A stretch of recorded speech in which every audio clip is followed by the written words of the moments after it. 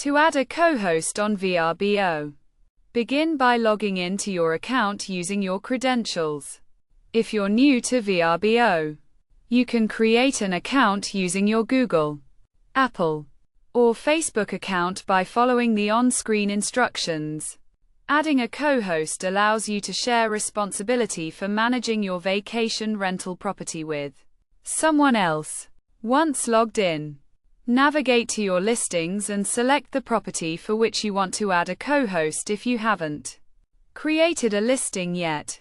You'll need to do so by entering the address and filling in as much information as possible. After listing your property, search for the option to add a co-host on the dashboard.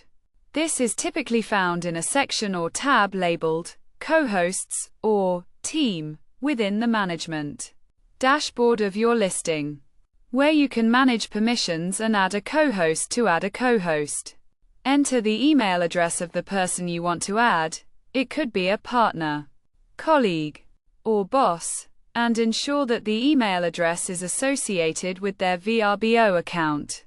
VRBO will then send an invitation to the provided email address, and the co-host will need to accept the invitation through their own VRBO account.